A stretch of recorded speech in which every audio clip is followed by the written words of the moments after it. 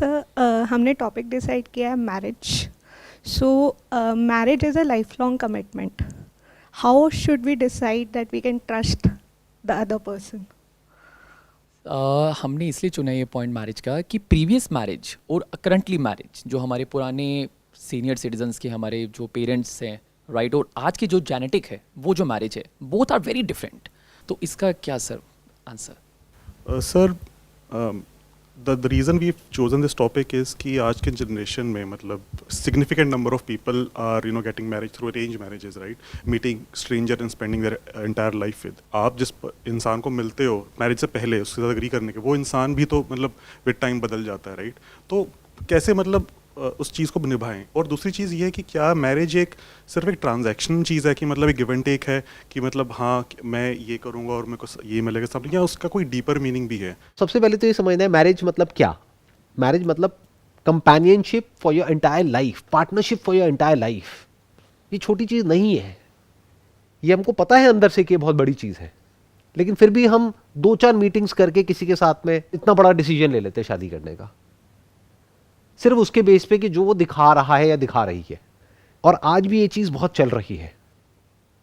तो ये पहले के टाइम में तो रेलेवेंट थी, क्योंकि वहां पे क्या है, बड़ों ने आपस में जबान दे दी है, अब जो बच्चे हैं उनको फॉलो करना है. अब वहां पे ये क्वेश्चन नहीं उठता है कि उन बच्चों को खुद को क्या चाहिए अपनी लाइफ से. If we look at marriage as something which we have to do because of the pressure from the society और फ्रॉम फैमिली, तो हम बुरी तरीके से जा करके फंस सकते हैं. क्योंकि हो सकता है हमारी मैरिज किसी ऐसे इंसान के साथ में हो जाए जो हमारा पति है, पत्नी है, लेकिन एक दोस्त नहीं है, जिसके साथ हम टाइम स्पेंड नहीं कर सकते हैं. आई स्ट्रांगली बिलीव कि मैरिज से पहले फ्रेंडशिप होनी चाहिए, कुछ महीनों की या कुछ सालों की, फिर इतना बड़ा आपको स्टेप उठाना चाहिए. You must be there with that person in such a way कि अगर आपकी जिंदगी का ये आखिरी दिन है तो आप और कुछ नहीं करोगे, आप उसके साथ में टाइम स्पेंड करोगे, तो आप कह सकते हो कि इट इज वर्थ इट. और ये शादी से पहले नहीं, या शादी के 1-2 महीने बाद नहीं, शादी के 20 साल बाद भी अगर आप ये बात बोल सकते हो, then it is worth it. Sir my question is कि हमने बोला कि फ्रेंडशिप होनी चाहिए. जब हम दोस्त बनाते हैं हम लुक्स को नहीं देखते हैं.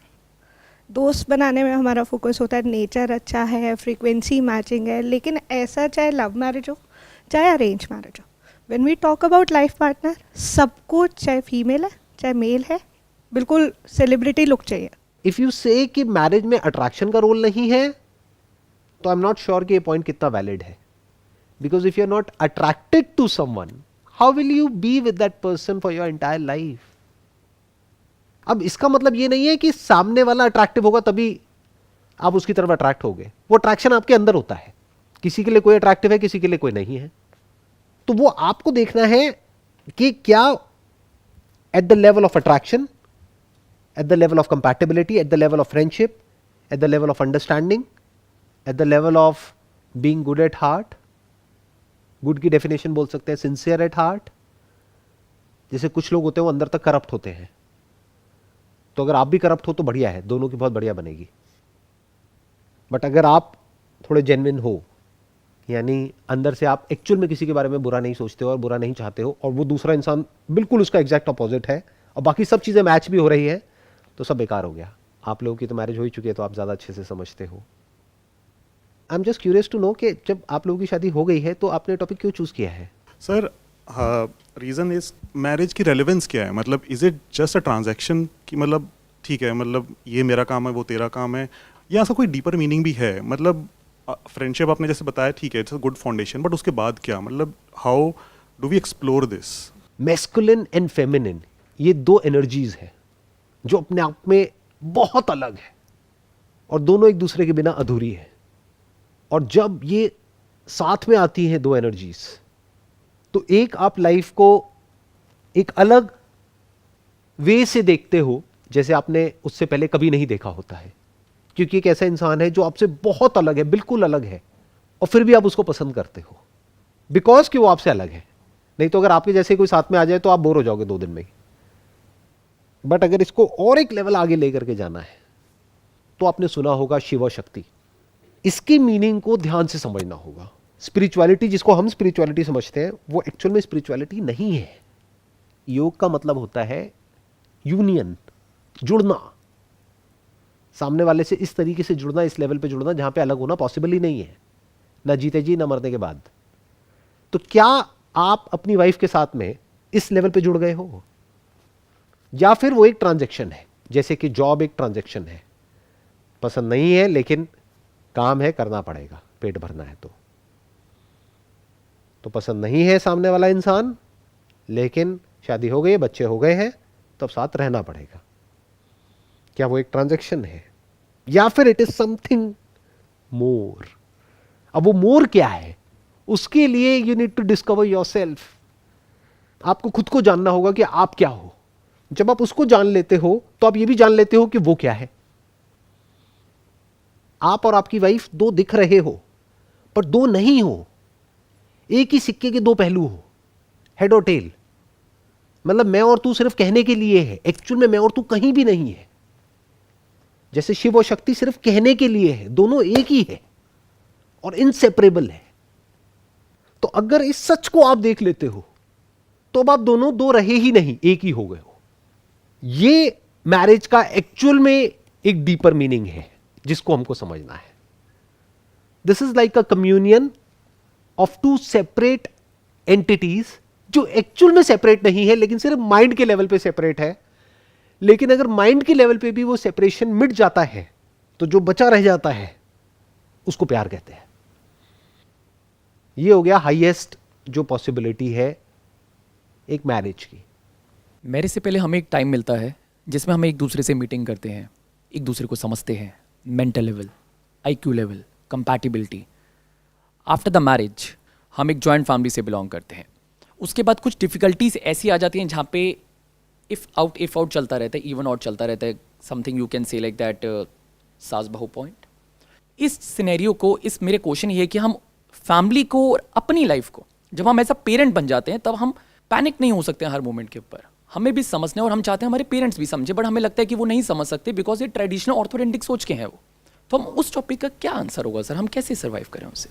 तो हम ये कर सकते हैं, आप अपने पेरेंट्स को तो नहीं बदल सकते, खुद को तो बदल सकते हैं ना। क्या हम खुद अपने आप से ये बोल सकते हैं कि जब मेरे जो बच्चे हैं वो बड़े हो जाएंगे तो I will give them complete freedom to do whatever they want to do, to be whatever they want to be, to live wherever they want to live, और मैं उनकी लाइफ में interfere नहीं करूंगा। This is love. हम love का मतलब ये समझते हैं कि ये मेरा बच्चा है, इस पे मैंने कब्जा कर लिया है। ये लव होता है क्या? लव अगर सीखना है तो पंछियों से सीखो। जब एक पंछी के अंडे में से उसका बच्चा निकलता है तो वो उसको धक्का मारती है पेड़ के ऊपर से। उसमें कई बार वो गिर करके मर भी जाता है, उड़ नहीं पाता है, लेकिन वो धक्का जरूरी है ताकि वो खुद उड़ सके, नहीं तो वो उड़ ही नहीं पाएगा, कभी उड़ना सीख ही नहीं पाएगा। वो एक वक्त होता है, एक मूवमेंट होता है। तो that movement is when you are 18 years, 19 years, maximum 20 years old. तब आपके पेरेंट्स को आकर के आपको बोल देना चाहिए कि अब तुम्हें क्या करना है अपनी लाइफ में, वो तुम्हारी रिस्पॉन्सिबिलिटी है। कैसी बनाना है अपनी लाइफ को, वो तुम्हारी रिस्पॉन्सिबिलिटी है। We have got nothing to do with that. लेकिन ये हम तब बोल सकते हैं जब हमारा खुद का रिलेशन अच्छा होगा। जैसे एक वाइफ है, उसकी हस्बैंड से नहीं बनती, तो उसके लिए क्या है, बच्चे ही सब कुछ है। मेरा बेटा, मेरा बेटा, और मान लो वो बेटा इकलौता है, तो उसकी जान कहां अटकी हुई है? जैसे कहानी सुनी थी ना बचपन में, एक तांत्रिक की जान तोते में अटकी होती है, तो इस मां की जान उस बच्चे में अटकी हुई है। अब जैसे इस बच्चे की शादी हुई तो ये बच्चा दूर गया अपनी मां से, तो अब उस मां की हालत खराब, क्योंकि पति से नहीं बनती है। अगर इस पॉइंट पे इन दोनों का रिलेशन ठीक है, यानी हस्बैंड वाइफ का, माँ बाप का, तो माँ बाप कहेंगे हम जा रहे हैं वर्ल्ड टूर पे या इंडिया टूर पे या अपनी चारधाम यात्रा पे, वट एवर इट इज, जो भी वो अफोर्ड कर सकते हैं, जितना भी, तुम अपना एंजॉय करो, जियो और जीने दो। तो समझ गए ये सब कहां जाकर के जुड़ रहा है, कहां जाकर के कनेक्ट हो रहा है कि मैरी अ पर्सन जिसके साथ में आप अपनी पूरी जिंदगी स्पेंड करना चाहते हो और कर सकते हो। ऐसे नहीं कि जल्दीबाजी में किसी से भी शादी कर ली कुछ भी देख करके। इनफैक्ट मेरे पिछले सेशन में मैंने बात करी है डाउरी के बारे में, वो सेशन है सेल्फ रिस्पेक्ट के बारे में जिसमें मैंने बात करी है। ये एक और बहुत इंपॉर्टेंट फैक्टर है। अगर डाउरी बीच में आ जाती है तो लड़का तो बेशरम है, उसमें सेल्फ रिस्पेक्ट बिल्कुल भी नहीं है, लड़की को इमीडिएटली स्टैंड ले लेना चाहिए और मना कर देना चाहिए कि मैं ऐसे लड़के से शादी नहीं करूँगी। सर, मैरिज का एक बहुत बड़ा एलिमेंट और एस्पेक्ट होता है पेरेंटिंग, राइट? आई थिंक ये सब डिस्कशन के बाद जैसे हम कहते हैं कि हाँ हमने जैसी लाइफ जी ली, but in your opinion for our next generation हम what can we do for our next generation की वो बचपन से मतलब इस ट्रैप में ना फंसे हैं, राइट? मतलब they should not struggle like this for this, मतलब what can we do, I mean as a parent, to help them think more maturely about this, and how can we create that environment for our children, that ecosystem in which children, the next generation do not commit the same mistakes in doing it. Parenting क्या है, ये अपने आप में एक बहुत बड़ा question mark है। आज की डेट में जो पेरेंट्स हैं, जो मैंने जहाँ तक ऑब्जर्व किया है, वो बहुत ज़्यादा प्रोटेक्टिव हैं अपने बच्चों को लेकर के, बहुत ज़्यादा सोच रहे हैं उनके करियर के बारे में, उनकी हर चीज़ के बारे में, सब कुछ कंट्रोल करने की कोशिश कर रहे हैं। आप अपने ऊपर रख के देखो, अगर कोई बॉस है वो आपको कंट्रोल करने की कोशिश करेगा, 24 घंटे देखता रहेगा आप क्या कर रहे हो क्या नहीं कर रहे। अब अगर आपको कुछ करना भी होगा आप नहीं करोगे, आप छुप के करोगे। तो एज पेरेंट्स हम क्या कर सकते हैं, भूल जाओगे आप पेरेंट्स हो और भूल जाओगे वो बच्चे हैं, दोस्ती कर लो बच्चों के साथ, ट्रीट देम एज एडल्ट्स। आज की डेट में बच्चे बच्चे नहीं हैं, इस गलतफहमी से बाहर आ जाओ। 8-9 साल के बच्चे, 10 साल के बच्चे कोई बच्चे नहीं हैं, उन्हें सब पता है। अरे बात करो उनसे एज फ्रेंड्स, बच्चों से दोस्ती करो, इतनी गहरी दोस्ती कि बच्चों को सेकंड थॉट ना आए आपसे कुछ भी डिस्कस करने में। वो तब होगा जब वो देखेंगे कि आपकी और आपकी जो वाइफ है उनकी दोस्ती किस लेवल की है, उसी से तो सीखेंगे वो। अगर आपका जो रिलेशन है आपकी वाइफ के साथ में वो बहुत स्ट्रांग है और आप दोनों अपने बच्चों के आइडल हो, तब आप उनको अपने साथ बिठा सकते हो और बोल सकते हो कि अब हम चारों दोस्त हैं। अगर आपके 2 बच्चे हैं तो लाइफ के हर एस्पेक्ट के बारे में अपने बच्चों से बात करो, बिना किसी सेकंड थॉट के। तब वो बिना किसी सेकंड थॉट के आपसे बात करेंगे, नहीं तो वो किसी और से बात करेंगे। पेरेंटिंग को भी अगर मैं डिफाइन करने की कोशिश करूं, वो क्या है कि समझना कि आपके बच्चे क्या चाहते हैं और उसमें उनको सपोर्ट करना, अपने स्टेटस के लिए उनको यूज करना नहीं, जो बहुत सारे पेरेंट्स कर रहे हैं। मेरा बच्चा देखो वो तो ये करता है, मेरा बच्चा फर्स्ट आता है, मेरा बच्चा ये कर सकता है। क्या नौटंकी है, बच्चे को यूज कर रहे हो अपनी ईगो को बढ़ाने के लिए और कह रहे हो कि हमें अपने बच्चों से प्यार है। ये प्यार होता है? अगर हम उसको कह रहे हैं we must respect everybody irrespective of whether they are rich और पुअर, तो हमें भी वो ही करना है। तब जाकर के हम बच्चों को एक्चुअल में सिखा रहे हैं, लीड बाय एग्जांपल। गलती हो जाए तो इमीडिएटली माफी मांगनी है बच्चों से माफी नहीं मंगवानी है। हम बच्चों को कंट्रोल करने का मतलब प्यार समझते हैं। अरे नहीं, बच्चों में और आप में एक्चुअल में फर्क नहीं है। बस फर्क इतना है कि बच्चे आपसे ज्यादा इंटेलिजेंट हैं, क्योंकि अभी उनकी कंडीशनिंग इतनी नहीं हुई है ना, तो वो कुछ भी सोच सकते हैं, कुछ भी कर सकते हैं। धीरे धीरे हम उनको अपने जैसा बेवकूफ़ बना देते हैं। इसको हम पेरेंटिंग समझते हैं। पेरेंटिंग मीन्स कि बच्चे से बात करना एज अ फ्रेंड और उसको बोलना कि कभी भी कुछ भी तुम्हें बात करनी है किसी भी टॉपिक के बारे में, सोचना नहीं है, आकर के बात करो। और थोड़ा ऑकवर्ड भी लगता है ना अगर आपको आपकी वाइफ को, कोई बात नहीं, बात करो। On a marriage part, Sandeep sir, when I meet with someone, हम लोग किसी से मिलते हैं, वो हमसे मिलते हैं, एक दूसरे को जान पहचान करते हैं, पहला चेहरा बड़ा अच्छा होता है। जब निभाने की बात आती है, साथ चलने की बात आती है, प्रैक्टिकली लॉन्ग टाइम का होता है, the face are totally change, जिसे हम कहते हैं एवरीबडी हैव 2 फेसेस। हर इंसान के 2 चेहरे हैं, पहला चेहरा बड़ा अच्छा, सेकंड चेहरे में शादी हो गई है ना? Yes. आप कुछ ज्यादा तो नहीं बोल रहे ना? नहीं। सो चेंजेस आ जाते हैं एज अ पेरेंटिंग, जैसे मैंने पहले भी कहा, एज अ फैमिली मैच्योर हो जाते हैं हम। एक यंग एज में हमारी एक सही एज होती है शादी की 20-25 के अंदर हम लोग कर लें। राइट। उसके बाद जब हम 30 की फिगर में आते हैं, रिस्पॉन्सिबिलिटी आ जाती है, बेबी हो जाता है हमारा, तो रिस्पॉन्सिबिलिटी आने के साथ साथ बेसिकली लाइफ बिल्कुल चेंज हो जाती है, प्लेटफॉर्म बिल्कुल चेंज हो जाते हैं, पर्सनल प्रोफेशनल लाइफ एक अपनी जुड़ जाती है, टाइम एक दूसरे को कम दे पाते हैं। बट इस चीज़ को हम कैसे टाइम दे पाएँ, कैसे समझें एक दूसरे को कि हम लोगों में डिस्टेंस ना बने? कुछ रिचुअल्स बना सकते हैं। जैसे एक रिचुअल हो सकता है कि डेली सुबह उठ करके आपको हग करना है। हग इंग्लिश वाला, हिंदी वाला नहीं। तो अपनी अपनी वाइफ को हग करना है, और अगर बच्चे हैं तो बच्चों को हग करना है। धीरे धीरे एक रिचुअल बन जाएगा, एक इंटीमेसी का। प्लस प्रॉब्लम्स को पहले से फोर्सी करना होता है कि अब क्या होने वाला है, उसकी वजह से क्या प्रॉब्लम्स आने वाली है, उसके लिए पहले से तैयार हुआ जाता है। जैसे अभी हमने बात करी ना कि भाई अगर हमको पहले से ही पता है कि जो सास बहू है उनकी आपस में लड़ाई होने वाली है, तो उनको साथ लाना ही क्यों है। इतना कॉमन सेंस होना चाहिए। और क्या इश्यूज आते हैं जब बेबी होता है, तब बहुत तरह के इश्यूज आते हैं। प्रेगनेंसी के टाइम पे बहुत मेजर इश्यूज आते हैं। एक फीमेल के ऊपर क्या बीत रही होती है वो सिर्फ वो ही जानती है, वो बोलेगी नहीं, बट हमको पता होना चाहिए। तो हमें पढ़ना पड़ेगा उसके बारे में। We must be educated. Education का मतलब सिर्फ ये नहीं होता जो स्कूल कॉलेज में हमने पढ़ा है।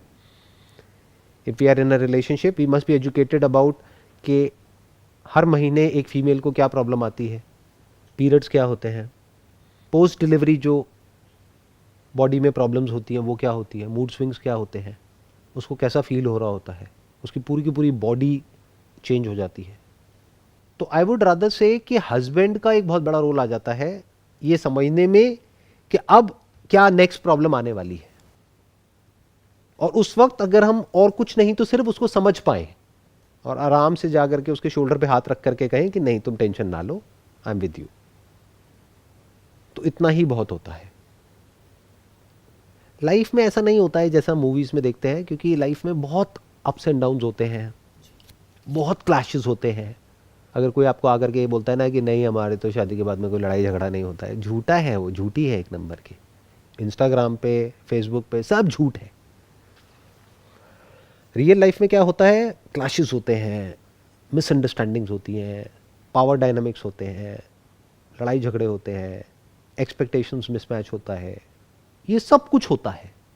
तो कभी भी इस एक्सपेक्टेशन के साथ में शादी नहीं करनी है किसी भी इंसान के साथ में कि सब कुछ बहुत बढ़िया होने वाला है। इनफैक्ट जो अभी हमने बात करी थी थोड़ी देर पहले कि एक हाईएस्ट पॉसिबिलिटी है मैरिज की, वो भी एक डायमेंशन है, but that is not the whole picture. क्योंकि एट अ सरफेस लेवल थोड़ा बहुत कुछ ना कुछ कभी ना कभी चलता ही रहेगा। कभी क्लैश हो गया, कभी ये हो गया, कभी वो हो गया। इसको मैं इस तरीके से कह सकता हूं कि एक तरह का नेगोशिएशन होता है दोनों का आपस में, जो कोई बोलता नहीं है लेकिन ऑब्वियस होता है। लड़के को कुछ चाहिए होता है अपनी लाइफ से, लड़की को कुछ चाहिए होता है, तो एक तरह का रबर बैंड होता है जिसको दोनों तरफ से वो खींच रहे होते हैं।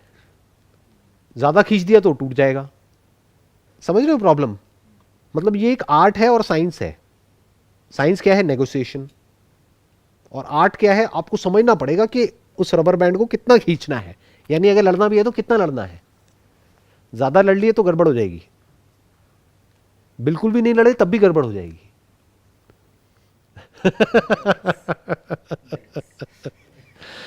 आप लोग इसलिए हंस पा रहे हो क्योंकि समझ पा रहे हो ना। अगर अभी कोई 20-22 साल का बच्चा होता तो समझ नहीं पाता, तो आप समझ ही रहे हो ये सब क्या होता है। एज ग्रुप ऐसी है, शादी हो चुकी है, तो आप समझ पा रहे हो एक एक बात को जो मैं कह रहा हूं, है ना। तो जो कहता है कि नहीं शादी में लड़ाई नहीं होनी चाहिए, वो बेवकूफ है। तो आप ये कह सकते हो कि ये एक ऑनगोइंग लर्निंग प्रोसेस है जो चलता ही रहता है। आप कब कहोगे कि ये जो मेरा गाना है, अगर आप सिंगर हो, आप कब कहोगे कि ये मेरा बेस्ट गाना है? अगला गाना उससे बेटर हो जाएगा, उससे खराब भी हो सकता है। तो ऐसे ही in marriage you can never be perfect. In fact life is imperfect. ये बात मैंने बोली है, but I am not sure कितना डीपली हम इस बात को समझते हैं। Life is imperfect. अगर ये बात आपको समझ आ जाती है ना, आपके 99% क्लैशेस खत्म हो जाएंगे शादी में। ये जो बच्चों के लिए लड़ाइयाँ होती है ना घर में, आपको लगता होगा कुछ ऐसा करना है, वाइफ को लगता होगा ऐसा करना है। अगर ये समझ आ गया है कि लाइफ इम्परफेक्ट है, तो हम अननेसेसरी बहुत ज़्यादा प्रेशर नहीं क्रिएट करेंगे अपने पार्टनर पे या उस बच्चे पे। हल्के फुल्के रहो, हंसते खेलते रहो। इनफैक्ट लाफ्टर से बड़ी कोई चीज़ नहीं है मैरिज में। आई थिंक अगर आप मेरे से पूछोगे ना कि एक ऐसी क्या क्वालिटी होनी चाहिए जो दो लोगों में होनी चाहिए इससे पहले कि वो ये डिसीजन ले कि हमें शादी करनी है या नहीं करनी है। साथ में हंसना आना चाहिए, बहुत इंपॉर्टेंट है। मेरे को एक बुजुर्ग आदमी ने कहा था, कहते अगर अपनी शादी को सही से रखना है ना तो उसका जो गोल्डन रूल है वो तुम्हें बताता हूं। जब बीवी बोल रही है तो चुप हो जाओ, और जब वो चुप है तो कुछ मत बोलो। चुप ही रहो, अपनी औकात में रहो, तो कभी कोई दिक्कत नहीं आएगी। एनी हाउ, मेरे अकॉर्डिंग मेरा जो पर्सनल लाइफ का एक्सपीरियंस कहता है कि अगर आप उस इंसान के साथ में हर तरह की सिचुएशन में हंस सकते हो, इससे बड़ी कोई क्वालिटी नहीं हो सकती एक लाइफ पार्टनर में। I hope that sums up the entire conversation and discussion जो भी आज हमने यहाँ पर करी है। ऑल्दो ये टॉपिक बहुत बड़ा है, बट उसकी जितनी हो सके हमने लेयर्स को आज टच करने की कोशिश करी है। It was pleasure talking to you and pleasure meeting you.